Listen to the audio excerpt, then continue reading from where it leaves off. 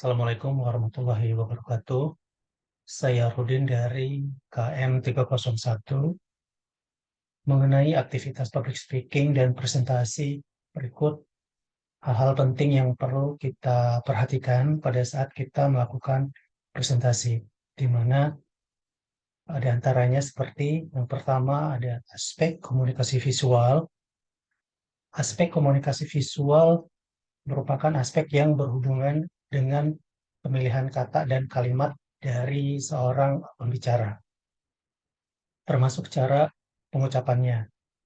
Tentunya presentasi tidak akan uh, berjalan efektif apabila pesan yang disampaikan dengan kata-kata yang tidak dimengerti. Oleh karena itu, olah kata menjadi penting dalam proses presentasi.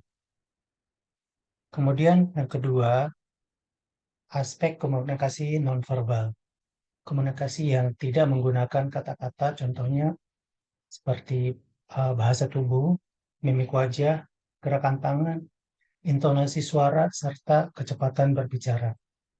Nah, mengenai nonverbal, di sini ada ekspresi wajah.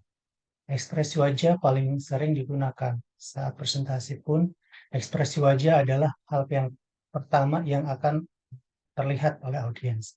Bahkan sebelum mendengar apa yang pembicara katakan. Kemudian selanjutnya ada gestur atau gerakan tubuh seperti melambai, menunjuk, atau menganggukkan kepala. Ya kan? Gestur pun dipengaruhi oleh budaya dalam suatu masyarakat, berbeda dengan ekspresi wajah yang lebih universal. Selanjutnya ada postur tubuh.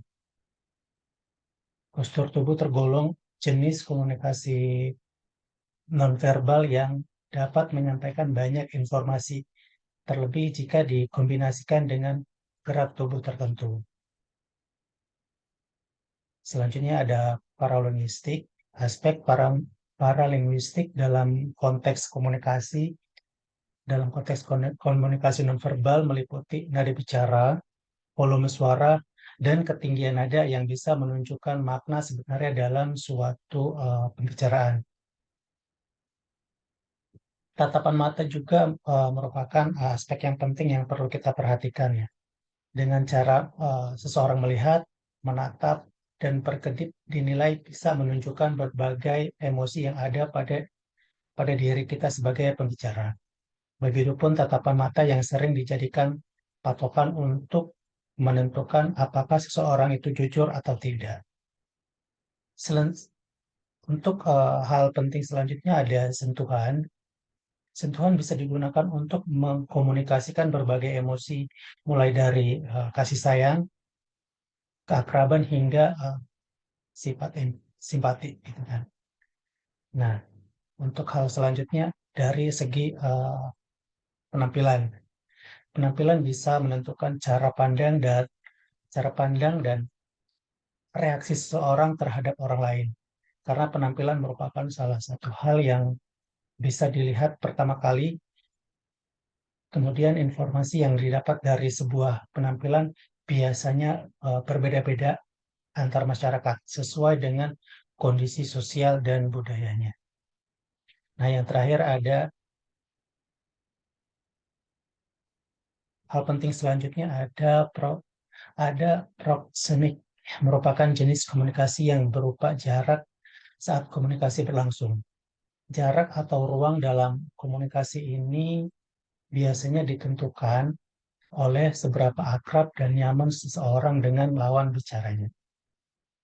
Nah, kemudian untuk aspek yang selanjutnya ada aspek artikulasi dan intonasi suara. Intonasi suara akan mempengaruhi arti pesan secara dramatik sehingga pesan akan menjadi lain artinya bila diucapkan dengan intonasi suara yang berbeda. Intonasi suara yang tidak profesional merupakan hambatan dalam berkomunikasi. Singkat dan jelas, komunikasi akan efektif apabila disampaikan secara singkat dan jelas, langsung pada pokok permasalahan sehingga lebih mudah dimengerti.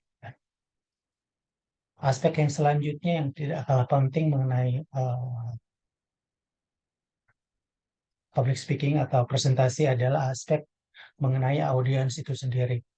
Aspek yang perlu dianalisis untuk mengenal audiens pada saat kita berpresentasi.